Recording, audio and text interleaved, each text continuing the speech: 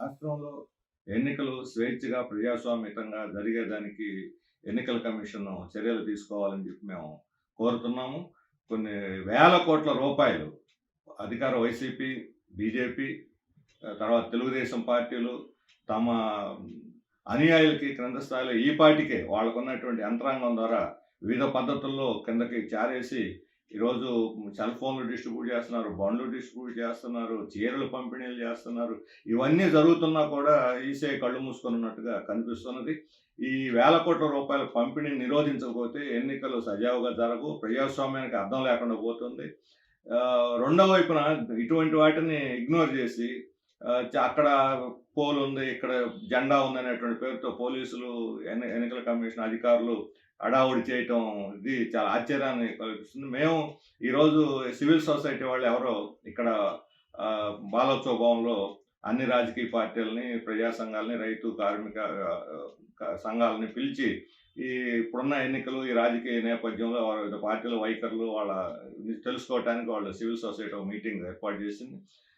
దాన్ని జరపటానికి లేదు, అనుమతి తీసుకోవాలని చెప్పని హడావుడి వచ్చి ఇక్కడ పోలీసులు చేశారు. సిపిఎం రాష్ట్ర కార్యాలయం ముందు, మా ప్రైవేట్ ప్రాపర్టీ పార్టీ కార్యాలయం, రాష్ట్ర కార్యాలయం ముందున్న జెండాని, అక్కడున్న బ్యానర్లని, ఆ పేర్లన్నీ రంగులు పూసేసి ఇంకా మిగతావి కూడా పైన అక్షరాలు కూడా చెరిపేసేయాలి, మూసేయాలని చెప్పి చెబుతున్నారు. ఇది ఎక్కడ పరిస్థితి ఇంతవరకు ఎప్పుడూ లేదు.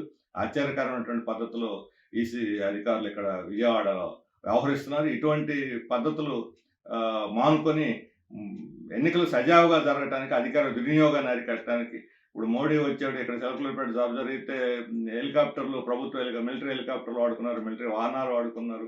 వాటికి ఎటువంటి అనుమతి లేదు, దుర్వినియోగం అని చెప్పి ఈసీఐకి ఫిర్యాదు చేశాయి కొన్ని పార్టీలు. అయినా దాని మీద ఈసీఐ నుంచి ఎలాంటి స్పందన లేదు. అధికార పార్టీలకి లేకపోతే ఈ రకమైనటువంటి పక్షపాతతోటి వ్యవహరిస్తే అది లెవెల్ ప్లేయింగ్ ఫీల్డ్ అని అనిపించదు. క్రీడల్లో ఎలాగైతే రెఫరీ ఉంటుందో ఈసీ ఆ రకంగా అందరి పట్ల ఒక సమానమైనటువంటి వైఖరి తీసుకోవాలి.